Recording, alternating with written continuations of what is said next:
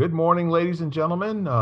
This is Bill Correll with my really good friend and co-host Lisa Sheehan, and we are bringing you Lighting the Candle, A World That Works. And each time we get together, we have empowering conversations with the whole intention of spreading empowerment throughout the listening world. We're glad that you tuned in today because I think we have a pretty special conversation to get into. And I'm really looking forward to it because both Lisa and I have spent some extensive time looking into a topic that I think is near and dear to both of us. Today, we're going to talk about the general concept of the law of attraction. And then we're also going to kind of get into a little historical, under the hood look at what a law of attraction has meant to many people and its rise and fall, and maybe dissect it a little bit and really point out where the fulcrum for the leverage of being able to connect to the universe is. So with that said, Lisa, I'm going to start by reading a passage from an old masterwork. It actually came from the Master Key system. Oh. Would you bring into your life more power? Get the power consciousness. More health? Get the health consciousness. More happiness? Get the happiness consciousness. Live the spirit of these things until they become yours by right. You need not acquire this power because you already have it. That much gathers more is true on every plane of existence, and that loss leads to greater loss is equally true. Mind is created, and conditions, environment, and all experiences in life are the result of our habitual, our predominant mental attitude. The attitude of mind necessarily depends upon what we think. Therefore, the secret of all power, all achievement, all possession depends upon our method of thinking. This is true because we must be before we can do, and we can do only to the extent that we are, and what we are depends upon what we think. The world without is a reflection of the world within. The world without reflects the circumstances and the conditions of the consciousness within. What comes to us in the world without is what we already possess in the world within. All possession is based on consciousness. Harmony in the world within means the ability to control our thoughts and to determine for ourselves, are any experiences to affect those. We are related to the world without by the objective mind. The brain is the organ of this mind. We are related to the world within by the subconscious mind and its sympathetic system of nerves that presides over all subjective sensations such as joy, fear, love, emotion, respiration, imagination, and the like. It is through the subconscious that we are connected with the universal mind and brought into relationship with the infinite constructive forces of the universe. How is that for summarizing the law of attraction in one paragraph? That's quite a paragraph. It is. What's really remarkable to me is that I call it the golden age of reasoning and imagination, probably like from 1850 to 1925. All these unbelievable minds that were at work trying to understand and answer the question of why are we here? Right. Who are we in the universe? So hearing that passage, what did you like the best about it? I think how it covered almost every aspect of the law of attraction, like you were saying. My first reaction was the connectedness that we share with everything, and to get back to that basic philosophy, and to go back to your young beginner's mind you had as a child, and approaching everything from that aspect, how you are a part of everything and everything is a part of you, and how you feel is what is reflected out in the world. That kind of introspection and the ability to basically, as Wayne Dyer says, change your thoughts, change your mind. change your life rather. Change your thoughts, change your life. That kind of approach to living. Yeah, there's an interesting flow chart here of the power that we all possess already, and most of us walk around completely asleep and unconscious to having that power and having access to it. Right. So what living a long life is all about is gaining wisdom through the school of hard knocks and skin knees, so that at the end of our life we start to understand that mostly what's important is what's going on between our ears. And if there's something that's happening between our ears that is not really appealing to us, that's where having some muscle in terms of, listening to your thoughts and creating new thoughts, create the thoughts that you want, as opposed to the thoughts you're having. And in no case do you empower either a good thought or a bad thought to make, critical decisions going forward for right now. It's about thinking being separate than being related. Although it's not possible for those two things to be separate, but the pathways can be different. And what we're basically saying is that this world that's being created out here is in everything. When we look around, we see the things we see, and the other things that are there that we don't see are still there, but they don't exist for us. Right. So if you scan the room right now and close your eyes and had to write a list of everything that you just glanced around and saw, there are some things that would make it onto the list. And then for some people, that might be just a short list of things that they recall that they saw. But other people that are talented and trained and know how to observe a situation very quickly and pull out all the details, they'll have a long list. Right. So that's a muscle in terms of being related, on a conscious level or a consciousness level. And the whole idea is that what you spend your time thinking about, you will bring about. And what you bring about is the world that you get to live in. So I'm particularly impressed that this probably took, I have no idea where the original thoughts came from, but the story is it was published in a 23-week or 22-week uh, correspondence course that people got, through the mail, Mm.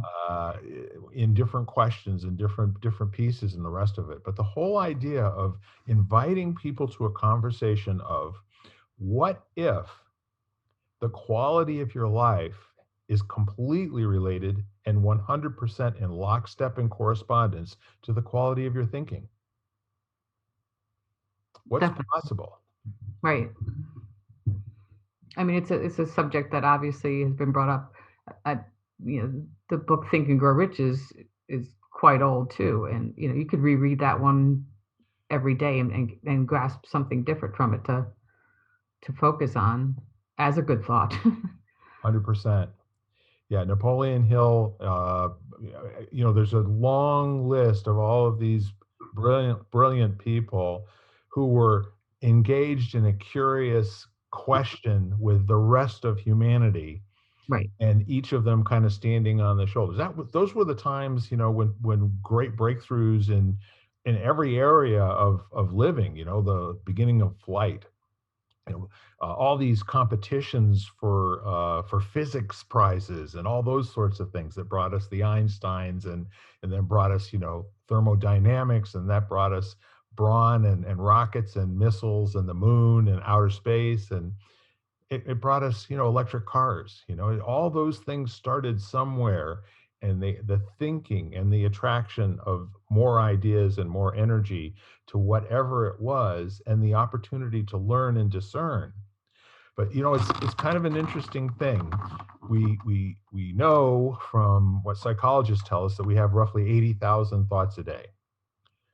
How they came up with that number, I'm just going to trust them for a second. So at some point you got to take something on face value. So let's say 80,000 is the number. What's generating all of those thoughts? What's the source of all of those thoughts? That can't be your conscious mind. Some of it is, some of it's your subconscious mind. Some of it is just being tuned in and getting random radio waves from who knows where. Right. 80% are repetitive. That's an interesting concept. Say some more about that. I just because you have you create these synapses in your brain that rework the same thought patterns over and over again, and all you need is one visual, one sort of sensational connection to recreate that thought again.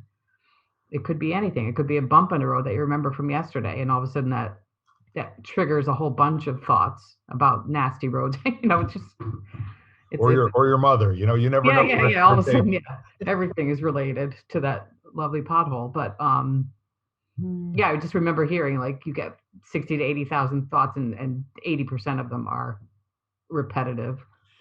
They're like little subroutines, programs that get set up the first time and then just keep running automatically on Right. stimulation, right?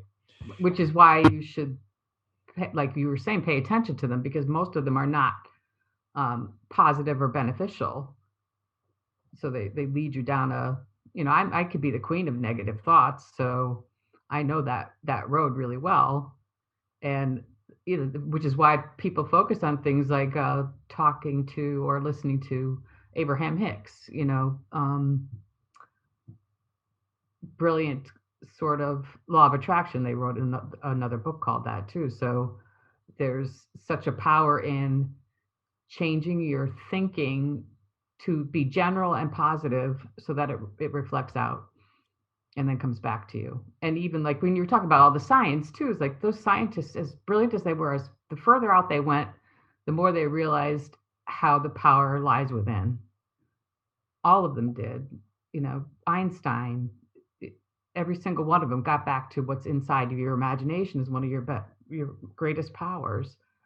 That sort of thing. So to use it instead of keeping rehashing those same horrible thoughts, be creative, be imaginative. Right. So then you've got all of the other what I call intervention techniques, right?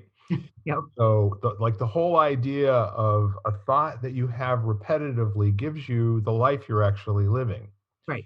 And if you're not empowered by the thought you're having, replace it, have a new thought. And so the whole idea of affirmations, where you sit down and you write something positive that you want in your life, you're getting that consciousness. We talked about health, happiness, wealth, all these things that you can focus your energies and attention on and create that kind of thinking. And that kind of thinking at the conscious level, being mindful, being aware, being awake, being responsible, to set your life up for success, tells your subconscious what to spend its time replicating.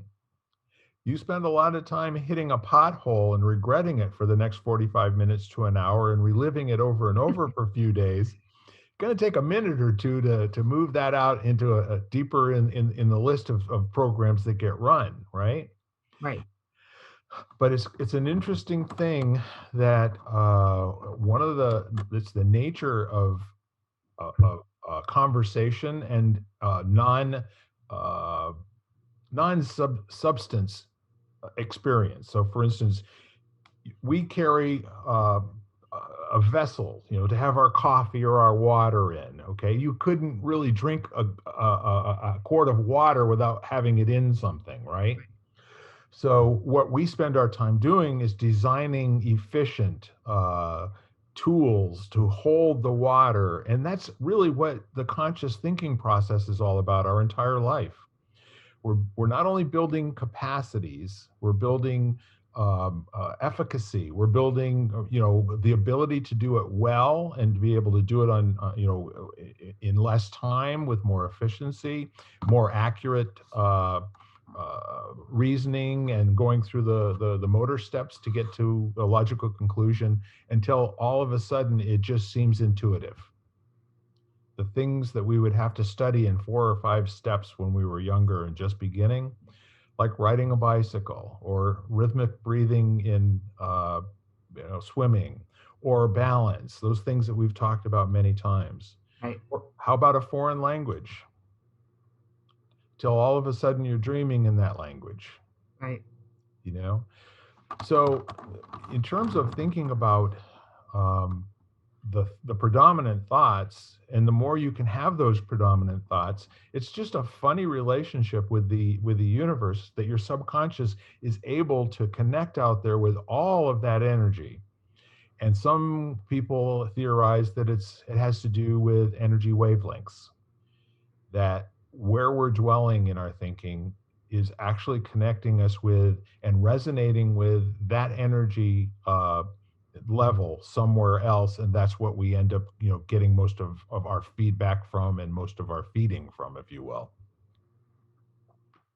Well, that's, the frequencies of any thought patterns too have, they can be measured, and it kind of makes sense when you think about it, like sadness or grief, or have a denser energy or slower energy.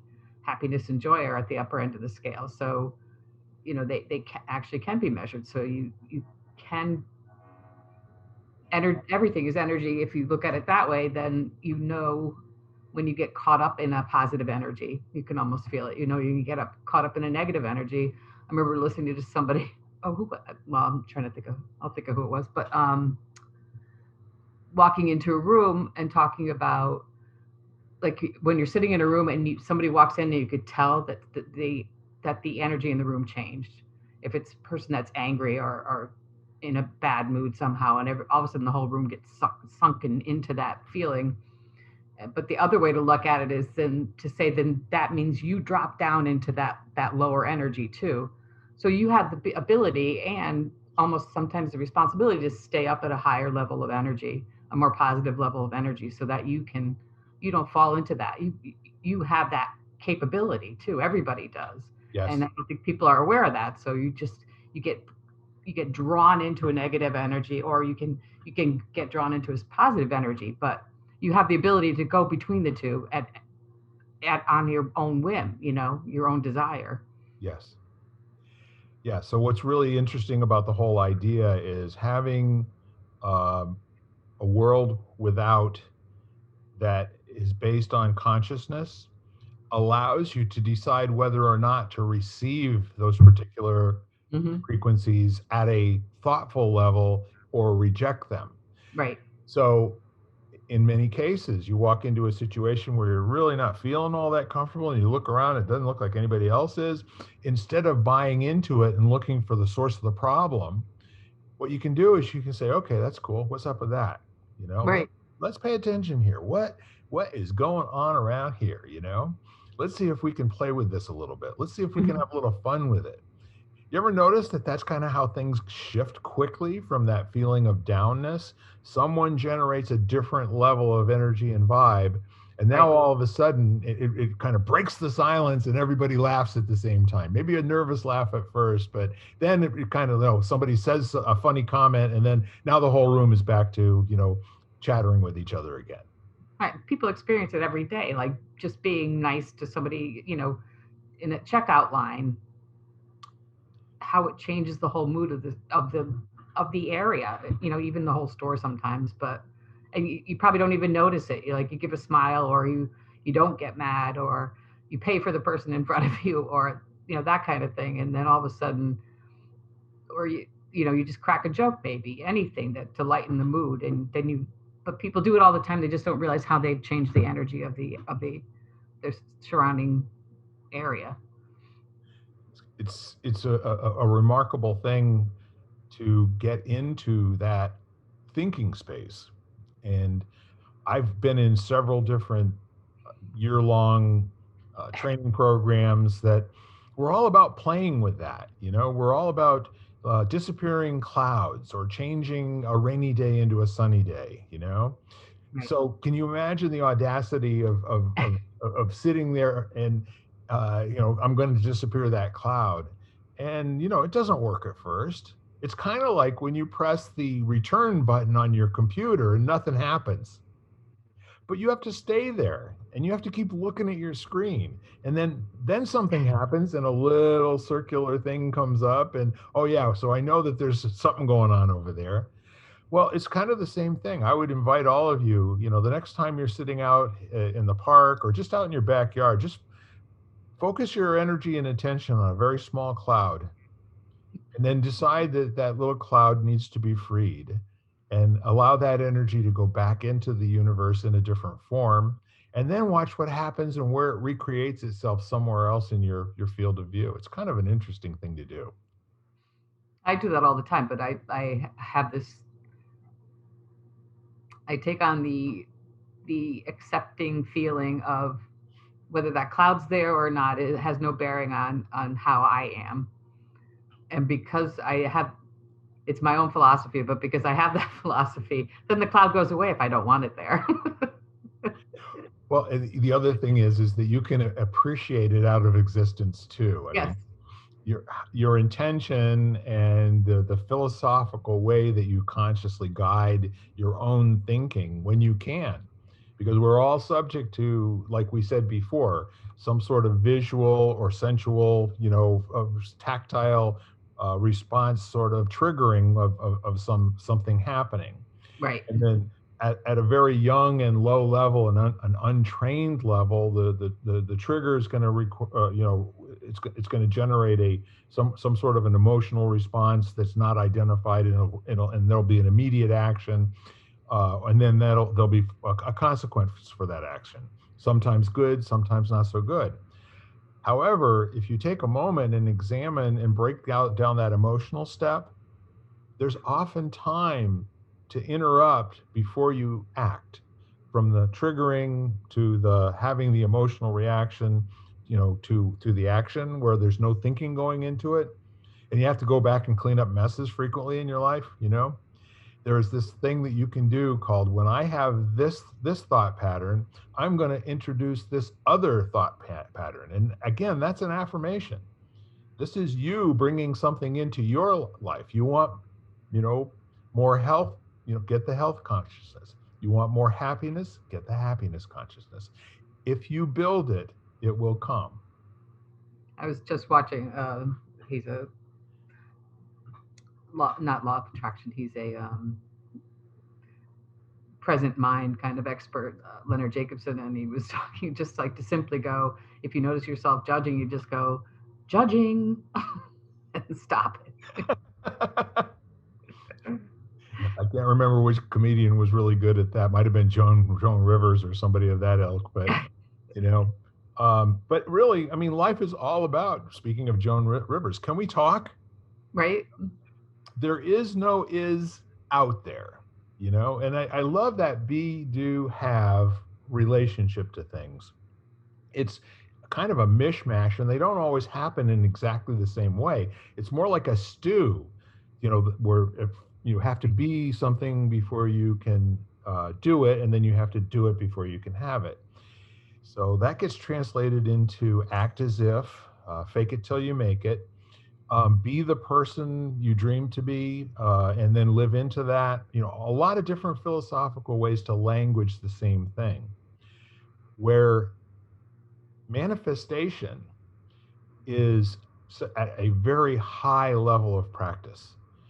People who are frequent manifestors manifest emotion first, manifest physical world second. And it's unbelievable, how there are just people that can cause something to happen. And there's games you can play, like the game that we used to play when we were kids is what's the color of the fifth car from now. It starts out as a guessing game, but I'm going to tell you, after a 2 or 3 hour trip, it was really kind of uncanny how a couple out of the 8 of us that were playing the game, riding around the car, Right. got to be really good at predicting the color of the sixth car or the 12th car. How could that be explained? Right. So this is one of those things in life that isn't terribly useful. It's very powerful. But to pull it out of your utility belt like Batman and put it to use, it takes a little bit of, again, responsible effort, some muscle building in terms of the practice. But the cloud is one thing. How about there's always, starting off with an affirmation, there's always a parking space near the door. Mm-hmm. One of my favorites. I love it too. Now, how many times out of 100 will you actually find a parking space that's within, a few spaces of the door to the building you're going into. Right. My friends and I call it princess parking. Princess. I've got a friend who always called it parking karma. Yep. So, but see, these are some little things that you can do that are also really great distraction from those thought distortions that kind of get in Right. your way, that drag you down. And if you don't have a friend around, or a friend to phone and get you out of a momentary funk, a game like that is a good interruption. Making a choice. Yeah, or distraction, like we talked about last week, even, a simple distraction of any kind, or bringing your five senses back into it again. Touch something, taste something, smell something. Slap your hands together, sing a Yep. song, Yeah, anything. mess your hair up. Right.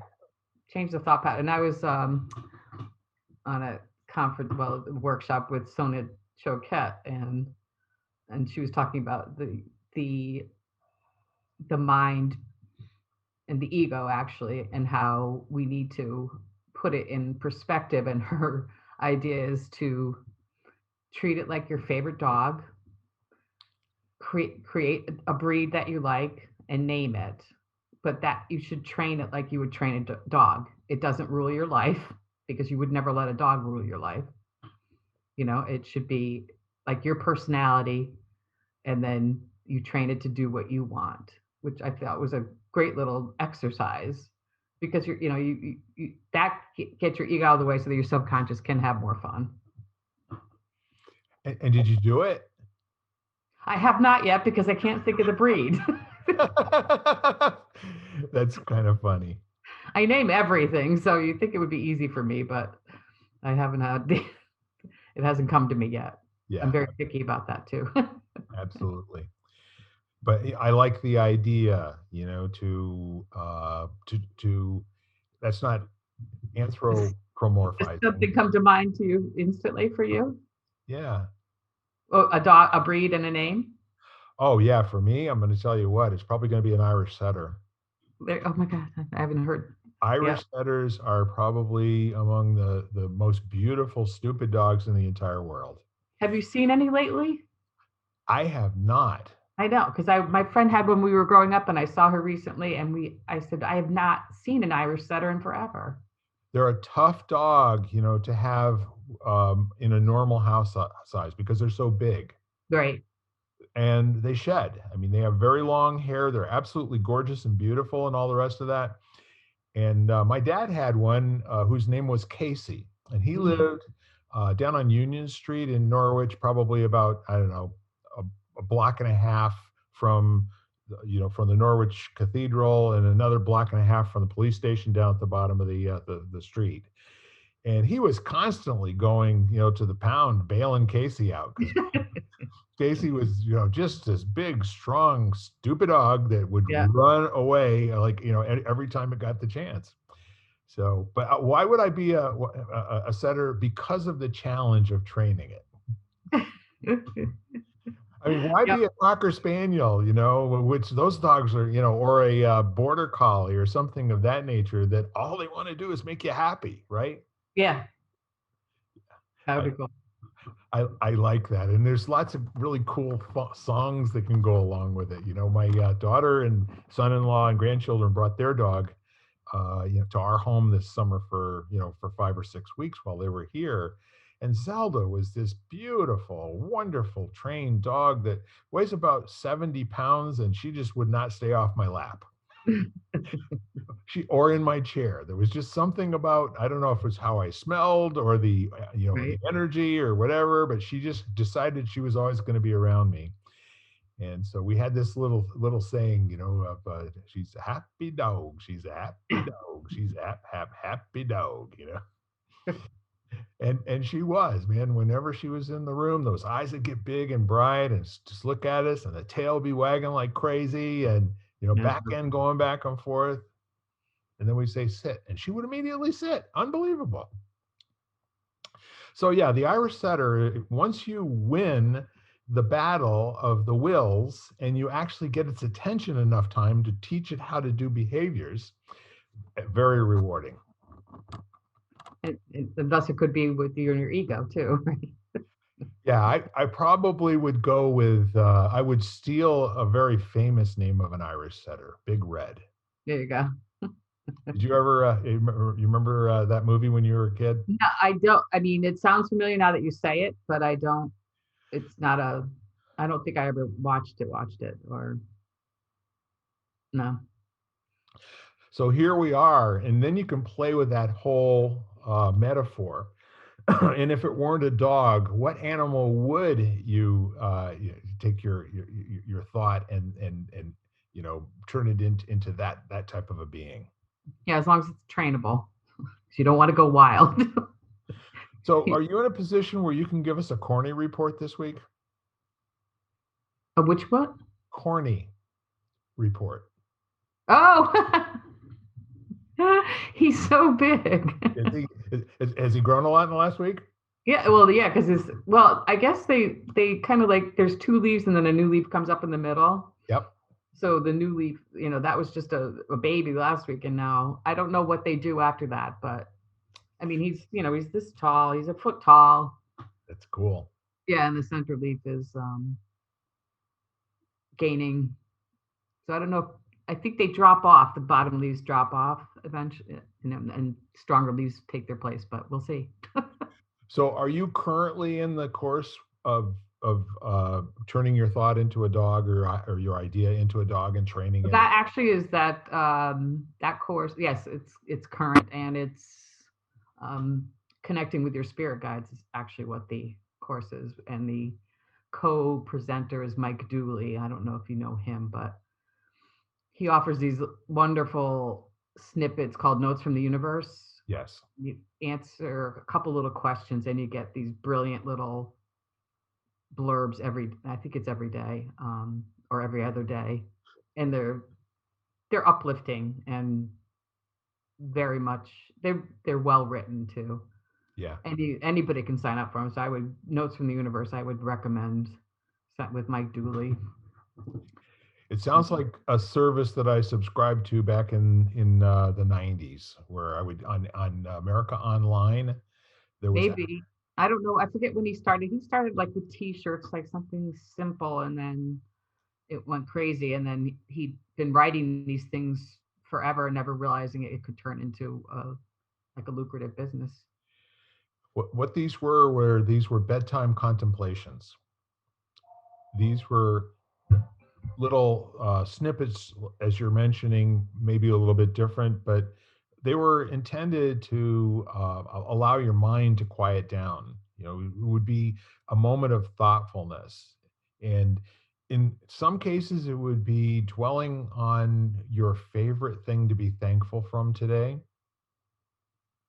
Because in a life of a person who's got the happiness consciousness and the wealth and the health and all the rest of that consciousness, happy thoughts and happy experiences should be the predominant experience of life. Right. And if it's something other than that, the thought was, you may just be fooling yourself. Now, being happy isn't something that people should aspire to. The thought was, we all started being happy. And Right. allowing the other thoughts to distract us from that way of being and that birthright. And the thing I liked about Hanel's first opening couple of sentences is, this isn't something that you have to go and get. You already possess it.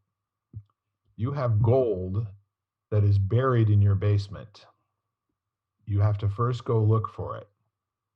You have to have the intention of finding it.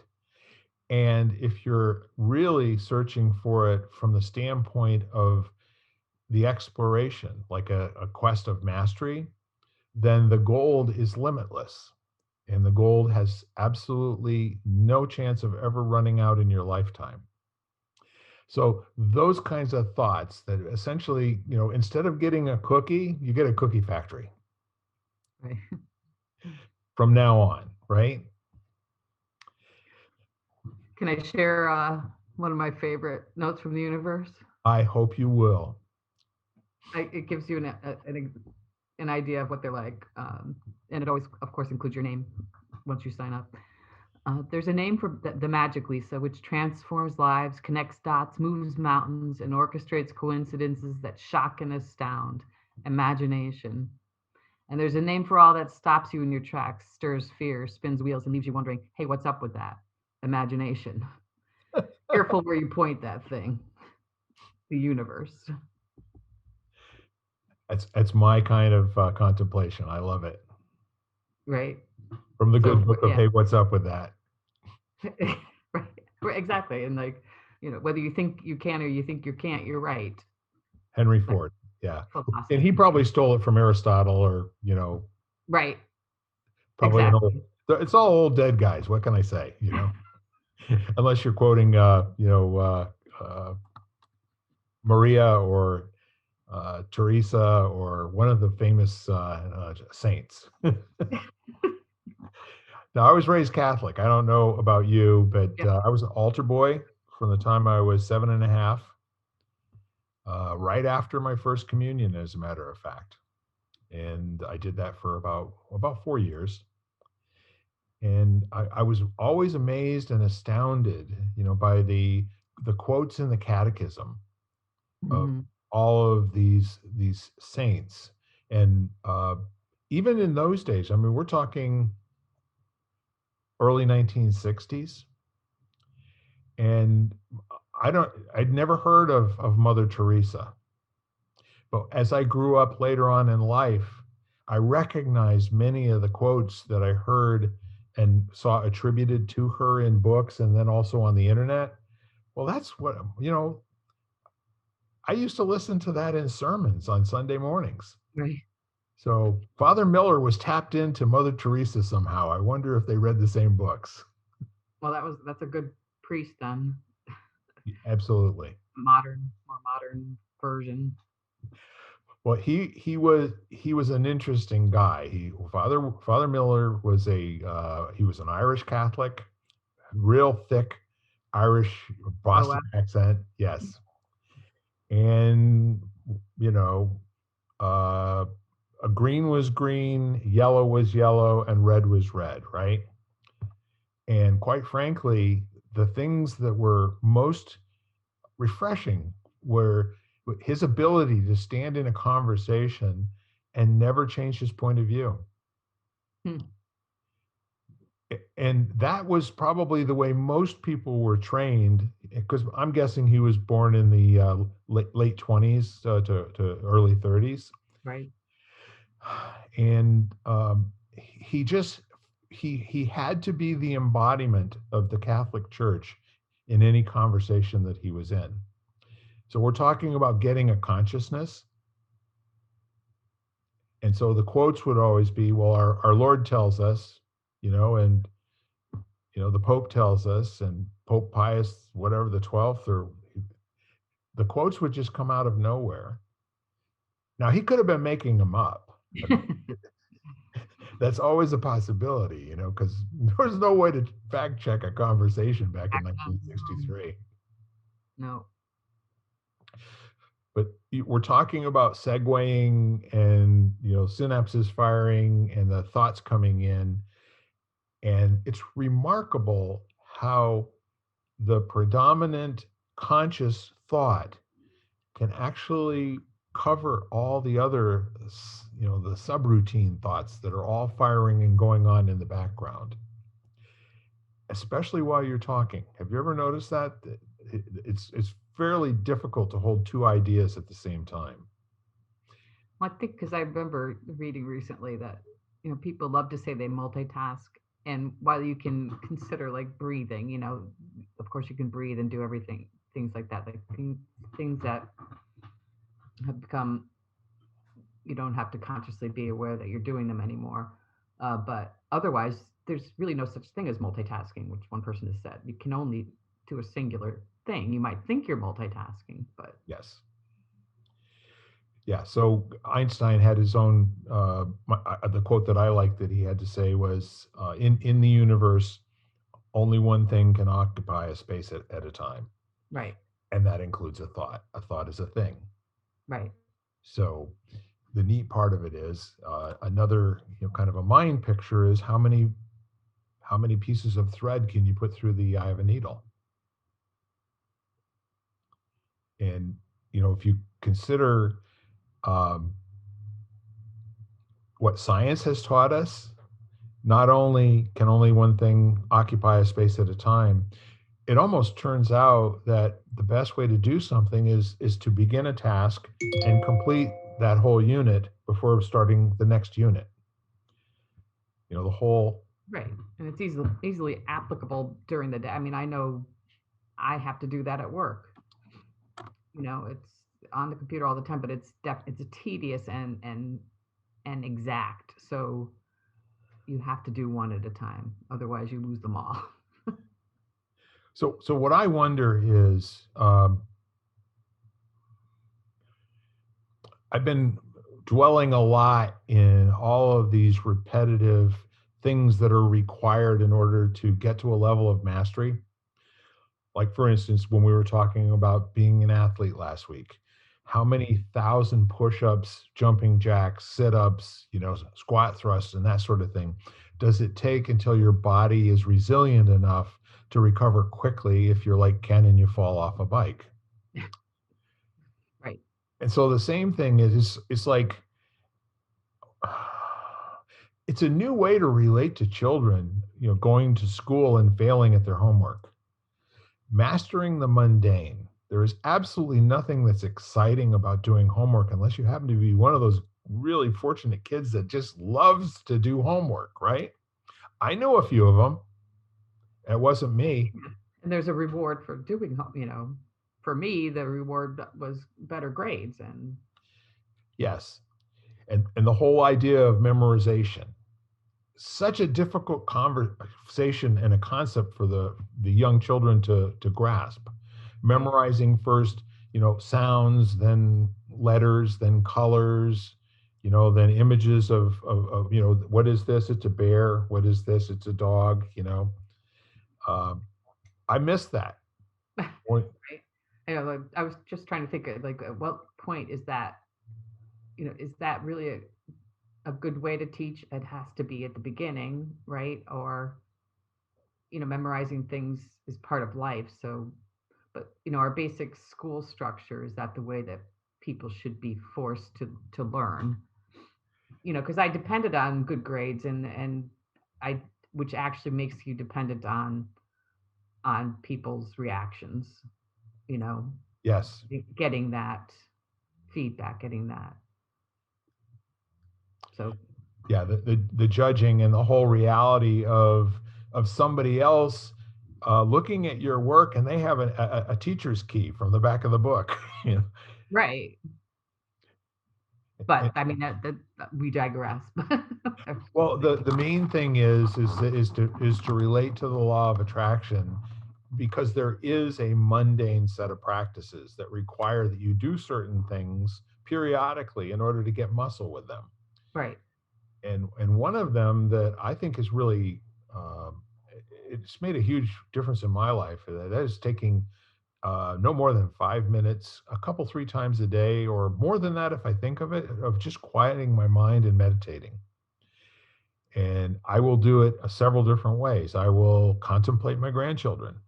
I will visualize one of their smiles, and I will just sit there and I will look at all the detail of the grin and the way the eyes are and the crinkling, at the corner of the eyes, and how their face changes color and gets a little bit deeper red around the cheeks. And so I'll do that quietly for 4 or 5 minutes. And then the other one that I do, which I think most people can more readily identify with, is just to concentrate on breathing. Right. The whole experience of breathing in, and where do you feel that in your body, and just that whole awareness and mindfulness of a simple little act. And then another thing that I like to do is to do 1 minute uh, mindfulness breathing routines. And I do the first one where I just quiet myself, and at the end of the minute, I check on my watch and I find out how many beats per minute, my heart is beating. Right. And then I make a decision. I will make it beat 3 beats less in the next minute that I measure. And I'll be darned, at some points I can do it, like I can reduce the number by 10 and it'll work. And then there's other days I don't really care how many times I try, ain't happening. There's something going on. It might have been the martini I had last night or 2 cups of coffee this morning or whatever, but it's still a fun game to play. It puts my attention on something other than what's going on out in the world that's not bringing me a whole lot of pleasure and hope, if you will. Right. One of the basic breathings that techniques that really works is to inhale to a count, hold for, like, let's say 4, but exhale at least one number longer. So if you inhale at for a count of 4, then make sure you exhale to the count of 5 and get rid of it. Exhale as deeply as you can, and Yeah, then those are stress reduction techniques, right, which are very powerful, and they actually reduce the cortisol in your body. I right, I found that out from Ken's mentor. right, and yeah, because I mean, you carry your breath with you, so it's an easy way to to focus on something else. It's always like it's always with you. So there's the other one of the mindfulness ones is alternate nostril breathing, which is very cool. Um, and develops both sides of the hemispheres of the brain separately, so it kind of centers you again. We got to spend some time together, you know that? Because that is fascinating. Say some more about it. Well, it's kind of easy too. So you take your 3 fingers, and one's basically kind of on your, you got your thumb and your ring finger on either side of your nose, and Sure. your middle finger on almost like your third eye, so to speak. And so you inhale for a count, and then switch nostrils and exhale, and then inhale from that same nostril So you're closing the nostril off down at the bottom? at the yeah, wherever you can close it Fair enough. comfortably. So you inhale, and then you close it off, and you exhale on the other side, and then you inhale from that same side and switch. But I mean, it's a great refocusing, like we were talking about. Just Sure. Sure. Other practices that can lead you to having a more organized consciousness. Like, for instance, if you're interested in love, then you need to get the love consciousness. And how do you focus on love, as a thing? Well, you have to focus on something that allows you to experience love, right?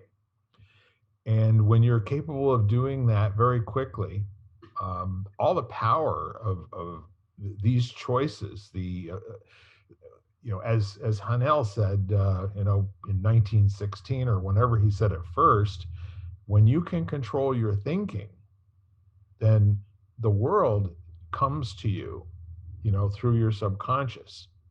The universe is there all the time, and in 100% of the cases, you have to be in a position to receive.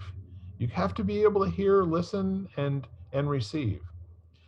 And I wonder how many people listening to this podcast today can relate to that at any level at all. I'll bet you there are a bunch of people that can, but I think there's probably an equal number or maybe even greater that are going, "What you talking about, Bill?" well, receiving, it is, I think, in our era, it's not always something that people can do easily. Then the other practice then is to give. So if you can't understand why somebody's not loving towards you, then you become that love towards that person, or whatever emotion that you think that, if somebody's not being patient with you, then you give that person as much patience as you can, and it comes back to you, which is the law of attraction in simple practice. Yeah, once it's received in both directions, then it's what I like to call a co-creation. Mm-hmm. And a co-creation is, as good as it gets. And then Exactly. if it's a large group that are co-creating, it's almost like a spiritual experience, because I guess it actually is a spiritual experience. Right. I just thought of my church when you said that, because Yeah, I belong to Unity, and co-creating is one of our most popular words that we use. yeah, yeah. The whole notion of the universe without being created in inside first. And I know I've been impressed several times in my life reading about Buddhists who were focusing on some world event, um, and utilizing the strength of that old koan, the flapping of a butterfly's wings in this hemisphere can create the hurricane in that hemisphere, or something of that nature. Mhm. And so it just seemed really audacious to me that they were meditating and praying for a particular world event in several different instances, but most of them had to do with world healing. We would, like everybody that's ever had the microphone for a minute and asked what they want most in the world, they would say, I want world peace. And what would that look like? Wouldn't that be something like, let me see, what do we got? 8 billion people on the planet. The ones that are awake, probably about 3.5, 4 billion at any given time. Right. That would kind of look like, maybe 2 billion conversations that worked, all going on at the same time. And there's a ton of people that have done the prayer practices where inviting thousands, hundreds or thousands of people to pray at the exact same time, and gone to war-torn places where, while they're praying, peace breaks out all over the place, as they say. Yeah. Just the power of prayer, and especially when it's everybody at the same time, a bunch of people at the same time. And they've done, scientific experiments with that too, where everybody has a positive thought of prayer at the same time all over the world, and how it actually, they can measure how it's affected the planet energetically. And if you think about it at a fundamental level, if the law of attraction is talking about the world outside being created in the world inside first, and everyone introduces a thought process, pattern, idea, a dog that they're going to train and name and all that sort of thing. And if they were all to do that at the same time, how much disagreement could there be? How much, I mean, there might be a fashion show in terms of who had the best looking, prayer, or because we always do that, but I could see meeting in circles, and just everybody having to identify their dog and their dog's name. yeah, I mean, just how fun that would be. Just icebreaker, and I love everything it. else kind of falls away. So let me just kind of ask you, I've had many experiences in my life where I thought something, I intended it, and then it actually happened many times, and from an early age. And the whole idea of being tuned in to listening to what's going on in other people's lives around the country, for example. Somebody I haven't talked to for, I don't know, 6 months or a year, and the phone rings and I say, hey, Ed, how you doing? What? Right. And I think that happens to people. Well, again, the people aren't paying attention, aren't aware enough to, they don't see that as a little miracle, so to speak. Yeah. Um, but I mean, it's so much fun when you are aware of them, because those little synchronicities or happenstances or miracles are so much fun to receive and play with, and to tell other people about. Well, I had an occurrence probably, 3 weeks ago, and I just reached out to a friend that I hadn't talked to. I see posts from on Facebook quite a bit, but um, I just sent a text and I said, "Are you okay?" And about 2 minutes later, I got a text back, and the answer to the text was, "How did you know Right. I'm in trouble?" I, Awesome. I can't tell you how I know. I just answered her by saying I'm a pretty good listener, I guess. Right. And, and so that, kind of led us into a whole new interaction, and, getting together and having lunch and all that sort of thing. And but it started off with me just kind of getting a sense and a vibe, out of all the people I know. Like, Right. I didn't send anybody else a text saying, "Are you okay?" Reply all. So explain this to me if you can. And I had, the same kind of thing. It's a friend that I haven't seen in a while, and I just said, when are you going to be in town again? Because I'd love to see you. And he said, I'm going to be in town tomorrow. Let's have dinner. Yes. That kind of thing, which is fun. And but there's also been some manifestations that I have no idea what they were supposed to tell me.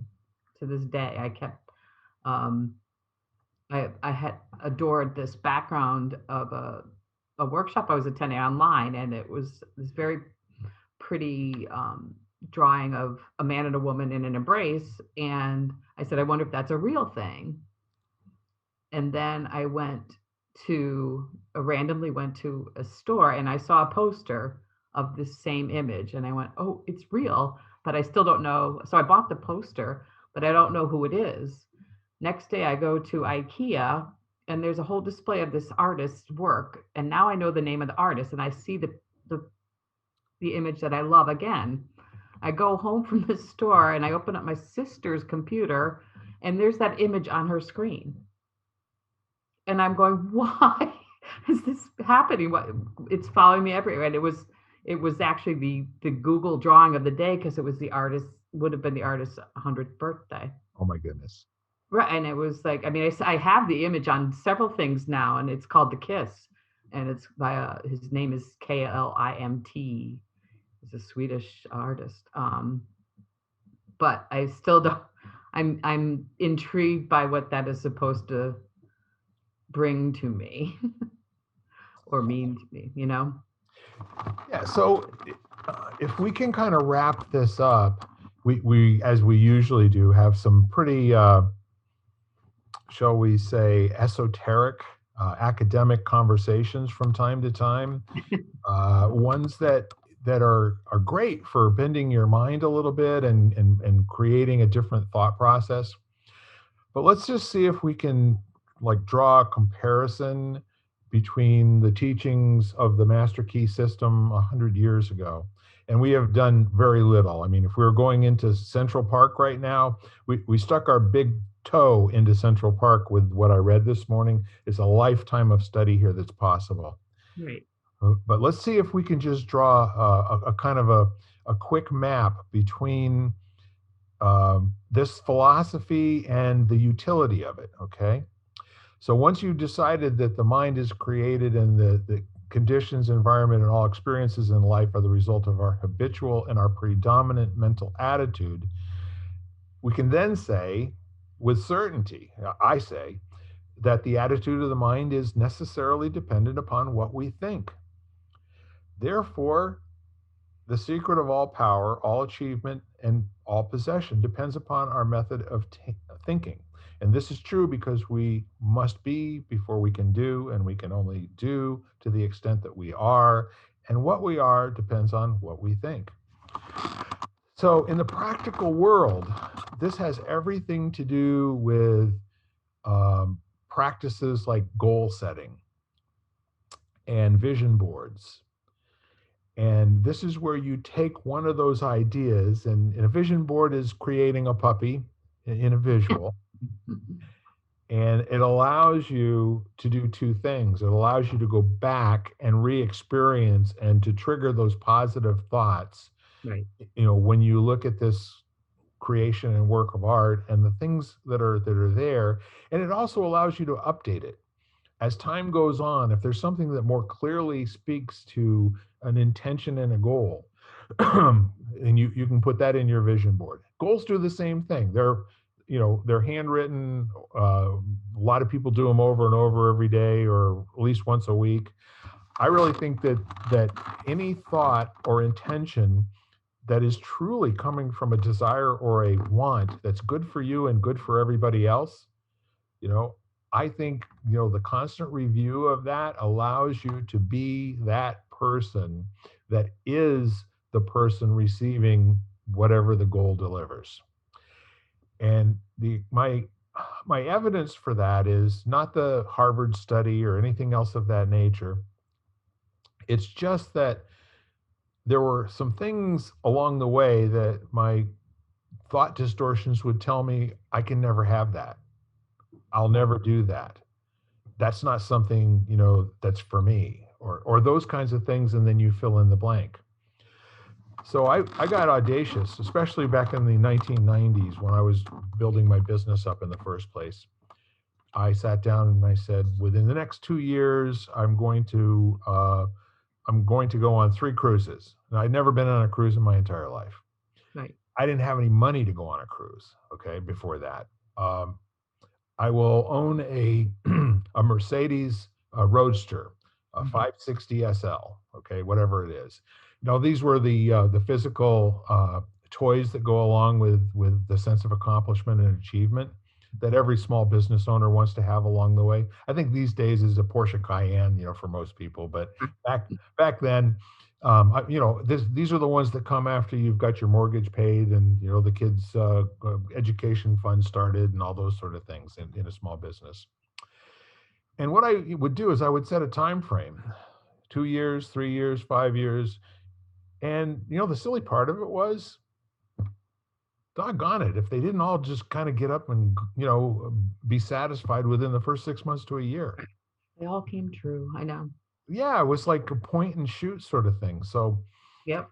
yeah, the round table, mastermind groups that I did 12, 15 years ago with groups of people, use the same technique with them. Right. Let's get your project described. Let's first of all sit down and decide what's most important to you in life. And then let's decide what that would look like once it's manifested and you can go out and you can touch it and you can count it and smell it and you can lie in it, or whatever it is, right? And turns out it's duplicatable. It's replicatable. That whole ability to get people to pay attention and get a consciousness about something that's very important to them. And again, I believe that it has to be based in, it can't be based in getting even or vengeance or anything of that Oh, nature. yeah. But if it's good for you and it's good for everyone else, by golly, just paying attention to it every day, you're But like you experienced too, it's not you don't know necessarily how it's going to happen, and you have to let that part go yes. and just focus on the why, why you desire that certain outcome. Yeah, the other neat thing to do is to actually put yourself in that experience. Right. It's not the thing, it's the how you feel while you're in the thing, or while you have the thing, or while you be the thing, right?